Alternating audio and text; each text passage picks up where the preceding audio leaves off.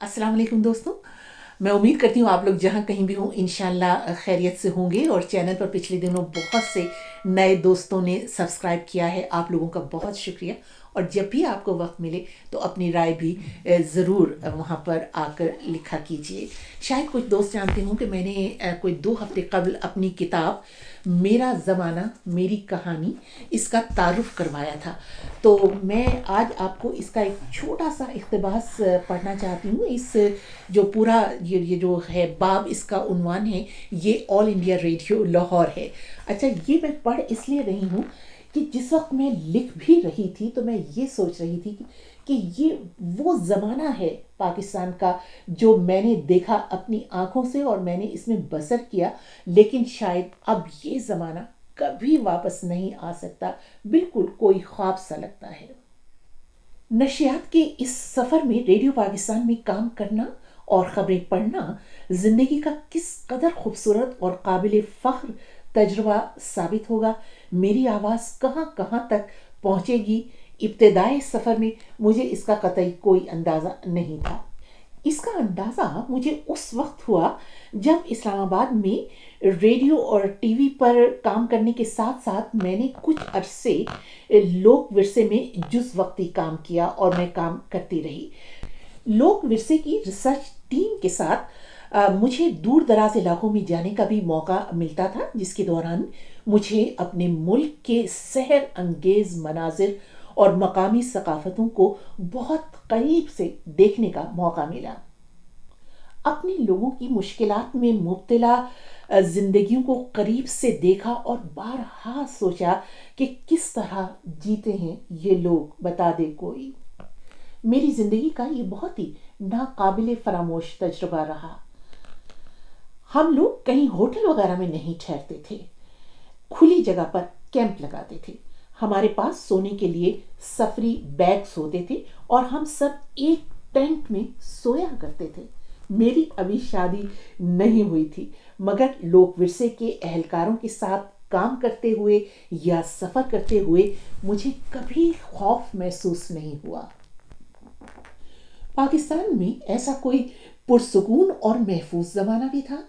अब तो ये मुझे बिल्कुल कोई ख्वाब सा लगता है। बहरहाल एक मरतबा हम सब टीम के लोग यानी लोक विरसे के सरबराह अक्सी मुफ्ती मजहरुल इस्लाम और खालिद जावेद कालाम की एक बहुत ऊंची चोटी उतरोट में एक घर में बैठे हुए थे। ये चोटी बर्फ से ढकी हुई थी। रात के वक्त बिल्कुल यूं लग रहा था जैसे चांदनी जमीन पर बिखरी पड़ी हो। हम शहर से आने वालों को ये मनाजिर बहुत ही भले लगते हैं, मगर मैंने ये महसूस किया कि इन दिनों में मकामी लोगों की ज़िंदगी खासी दुश्वार हो जाती है। रात का वक्त था, कोई जी रूह तो नज़र नहीं आई, अलबत्ता वहाँ मुर्गियाँ टहलती हुई नज़र आ रही थी। इसीलिए यहाँ पर ज़्यादातर मुर्गियों का गोश्त ही खाया जाता है। जिस घर में हम बैठे थे वो यहाँ के आम घरों की तरह सिर्फ एक कमरे पर मुश्तमिल था, जहाँ सामान भी रखा था, खाना भी बन रहा था और लोग रात को सोते भी यहीं थे।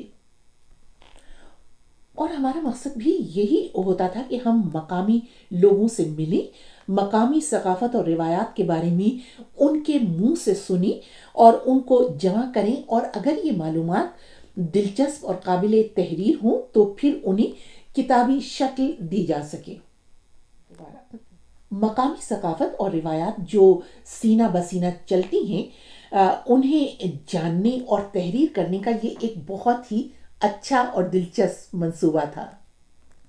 बहरहाल जहाँ हम बैठे थे वहाँ थोड़ी ही देर में कुछ और मकामी लोग भी आ गए, तो हम लोग ये समझे कि ये हमसे मिलने के लिए आए हैं।